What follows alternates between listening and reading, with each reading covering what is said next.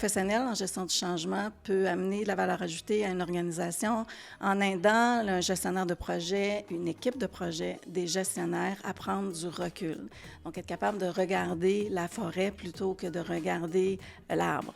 Ce que je fais également pour apporter une valeur ajoutée à une organisation, je vais amener une démarche qui est plus structurée, qui est flexible et qu'on peut adapter.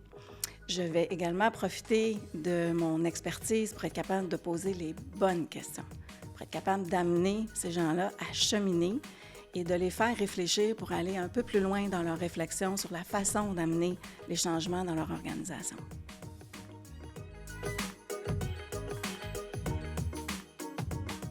En fait, j'utilise plusieurs démarches. Je vais m'inspirer parfois du modèle ADKAR de ProSci et je vais également m'inspirer de certains principes d'agilité.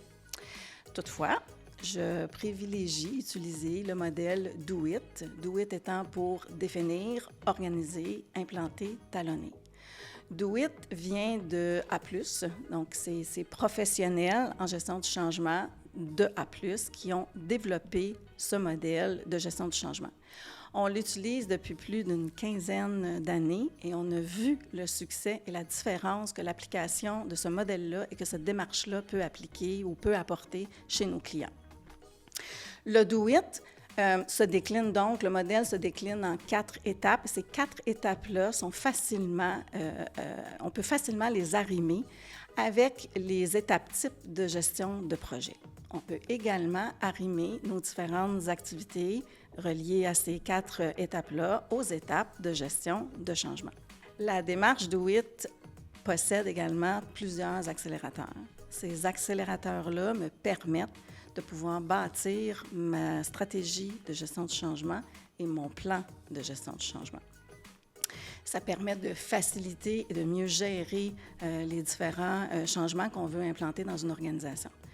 Et les changements peuvent être de différents types. Ça peut être une implantation technologique, une acquisition, une restructuration, bref, tout genre de changement qu'on veut amener dans une organisation, on peut très facilement utiliser la démarche Do It.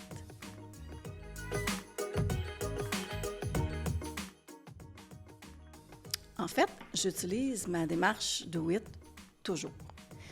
Quand j'arrive sur un projet, je vais me servir de mon modèle et de ma démarche pour être capable de bâtir mon diagnostic.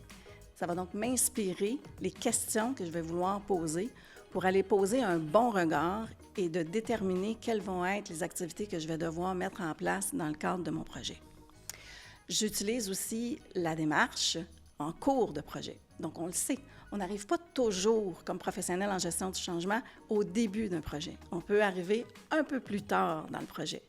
La beauté de ce modèle-là, c'est que ça nous permet, étant donné qu'il est arrimé sur les différentes étapes de gestion de projet, ce que ça nous permet de faire, c'est de voir à quel endroit on est dans le projet et qu'on puisse tout de suite cibler les bonnes activités à mettre en place au niveau de la gestion du changement en fonction du moment où on arrive dans le projet.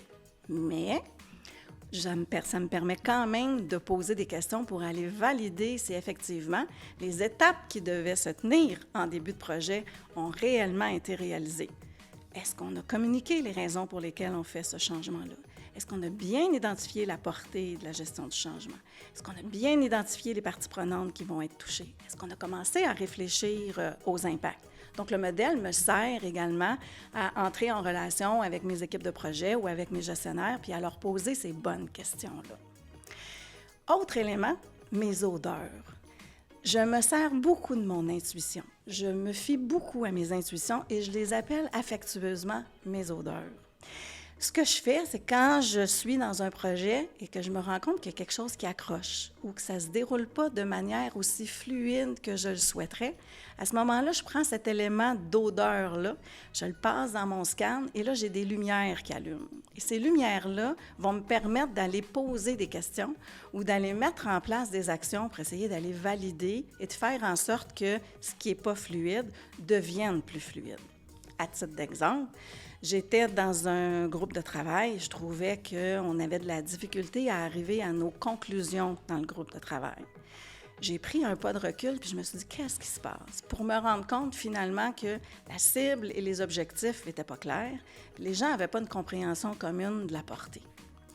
À un certain moment, on a voulu implanter un changement dans une organisation, puis il y avait un élément de résistance. Puis j'avais de la difficulté à saisir pourquoi les gens avaient de la difficulté à adhérer à ce changement-là. Toujours en passant cet élément de réflexion-là dans mon scan pour voir allumer qu'il y avait des éléments de culture et de contexte qui n'avaient pas nécessairement été adressés. C'est un peu de cette façon-là dont je me sers là, du modèle et de la démarche quand je suis dans le cours d'un projet.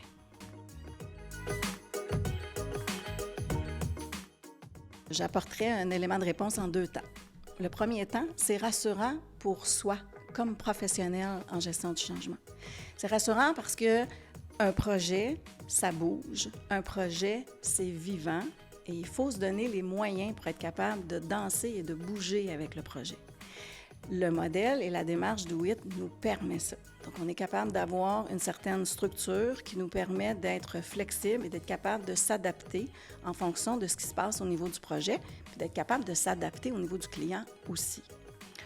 C'est également rassurant du côté du client, parce qu'on est capable de lui donner une feuille de route. On est capable de lui démontrer ce qui vient. On est capable de l'aider à voir venir.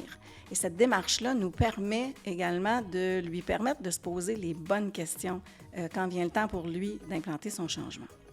Les statistiques disent qu'on a 6 fois plus de chances de réussir nos projets de changement lorsqu'on utilise une démarche de gestion du changement. Let's do it!